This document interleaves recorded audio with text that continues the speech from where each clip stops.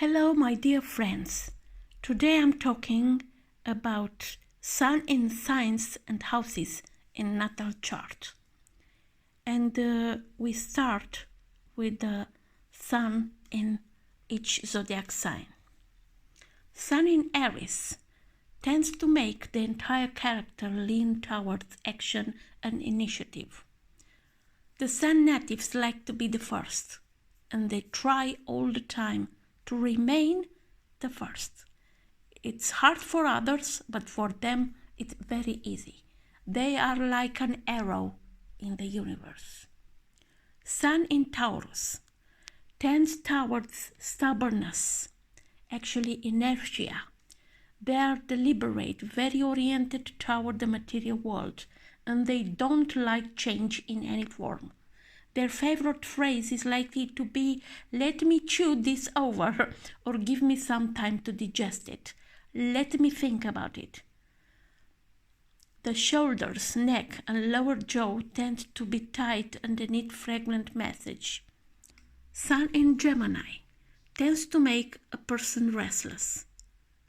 The natives have a must to communicate, to move, to travel. Otherwise, they will become more restless and their mind will go crazy. Sun in Cancer. They want what they cannot have and then loses interest when it finally gets it. If you are in love with a Cancer native, always play hard to get, even if you have been married to them for many years. When positive, this placement can be nurturing and sustaining. When they are negative, you don't want to be near them. Sun in Leo. As you know, Sun is ruling the Leo sign. So the Sun here is very strong. A Leo Sun native inclines to be extroverted, theatrical, attention-grabbing. It is the sign of eternal child. On the plus side, this means maintaining a youthful attitude well into old age. On the minus side, it can mean permanently immaturity. As always, the individual has choices as to which direction to go. There are many natives, for example, Mick Jagger, Martha Stewart. Leo Sun wants everything they do to be perfect. Nothing but the best is their motto. So they either give up and become lazy, preferring to do nothing rather than do less than the best. Sun in Virgo tends to shun attention. Sure, there are plenty of extroverted people with Virgo sun signs, but if you check their horoscopes, you'll find strong placement in Leo maybe, or the Sun on an angle house. The Virgo game plan is to work quietly behind the scenes, to be the power behind the throne. They are very helpful natives, always doing things for you. The negative side, criticism and self-criticism too. Don't argue with them because you will become very tired. The only way to stop this is to tell them, okay, discussion is over. This is what we are going to do. And frequently, the Virgos will do it. Like I said, the perfect servant. Sun in Libra. Never tell one of these folks that they aren't being fair. They tend to get angry with that one. And never argue with a Libra sun sign. They will counter your every argument. You don't actually have to listen. Just look that way. With Libra sun sign, it's the outer form that counts. After they have finished, say, "I see your point, but on the other hand," this is very important, "isn't there another side?" In many cases, they will think for a second or two and reply, "You're right, there's another side." And they will proceed to argue for it and demolish their own point of view. It's very funny. A very fair sign, but really, what the hell?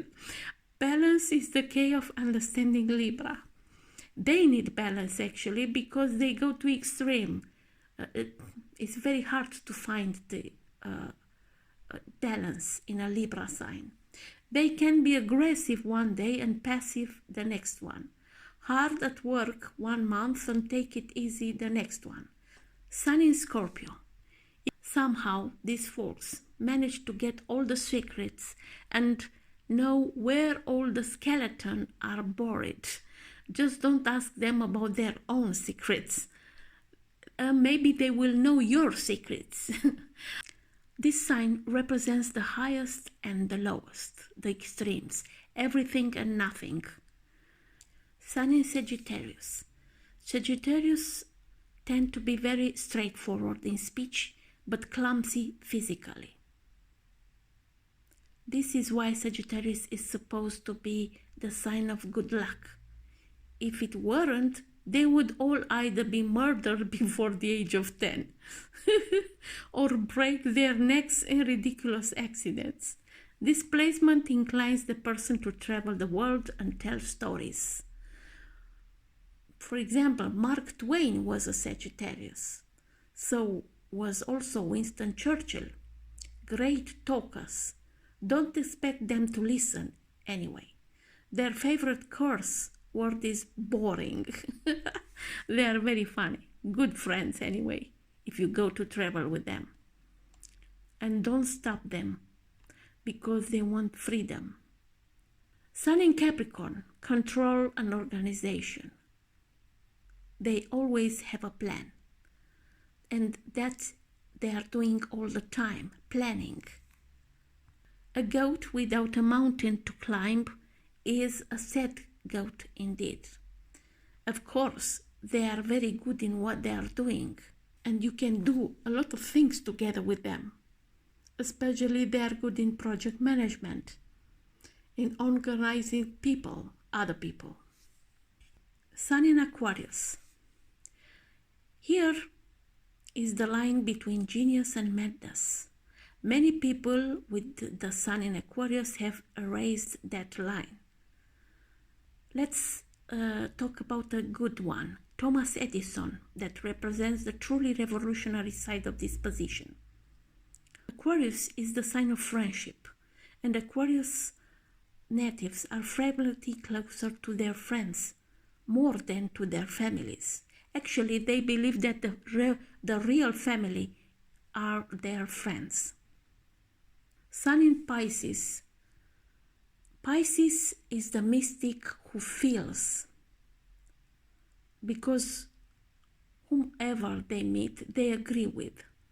Then they meet someone with the opposite opinion and agree with them too. It's like Solomon, you know?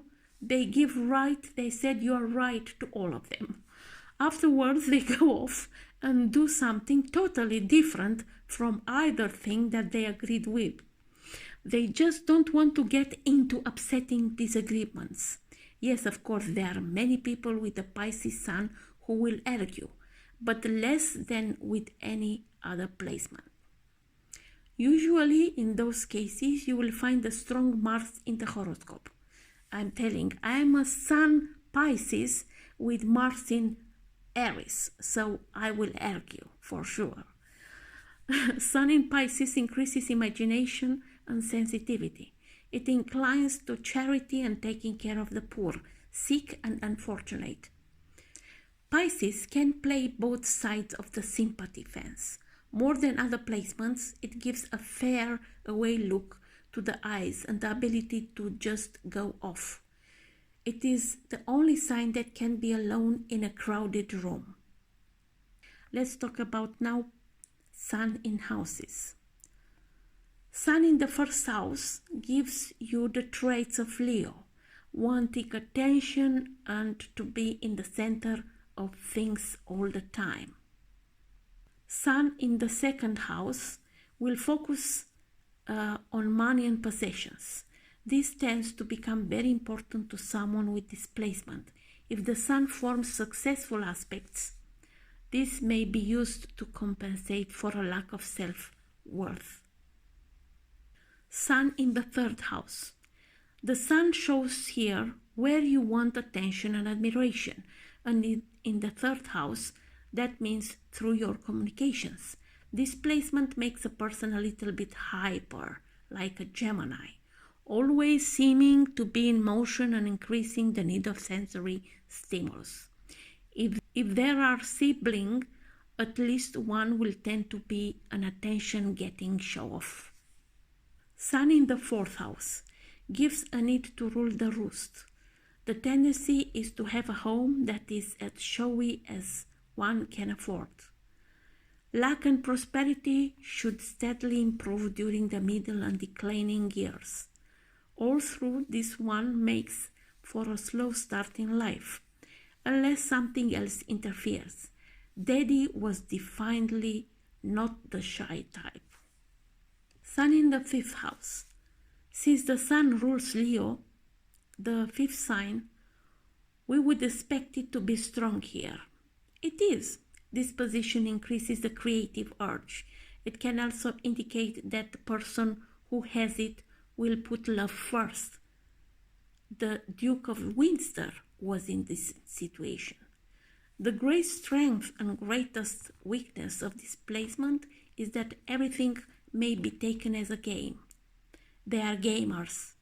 The lovers and the first child, if there are any, will tend to be very dramatic and stubborn. Sun in the 6th house. Your heart has to be in your work in order to get anything done, and you must be given appreciation to what you do. You have to shine where you work. So do the people who work with you. They tend to be dramatic and showy at the work site. Sun in the 7th house can give a sunny partner, perhaps someone with traits of the sign of Leo. The partner could also be arrogant. In any event, this is more focused on partners and partnership with displacement. You yourself could become more outgoing after marriage. Sun in the 8th house usually means a dramatic, fiery approach to sex. If you are going out with someone with displacement, start with a back rub. The Sun's house position is where we can fulfill ourselves. Well, it doesn't have to be exclusively about sex here. You could also do it through taking up a healing profession. The 8th house is linked with cover and rehabilitations, or management of other people's resources, professions such as investment banking, insurance, pension. Sun in the 9th house. Higher education and long journeys are where your heart is. Then normal interest in travel to far off places, and matters connected with higher mind, religion, philosophy, dealing with general principles rather than specific facts. Sun in the 10th house. Wherever the sun is, we crave attention. When it is the 10th house, we need to shine in public. Whatever the career, people have to be looking at us. Of course, the sun would prefer to be the boss, no matter what the job is, which is why the sun doesn't point in any one career direction. As long as those with displacement get favorable attention and some authority, they will be very happy.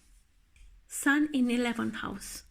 If it's not afflicted, would mean among other things that you should get along well with the Leo sun signs, or at least with those who have strong Leo emphasis in their charts.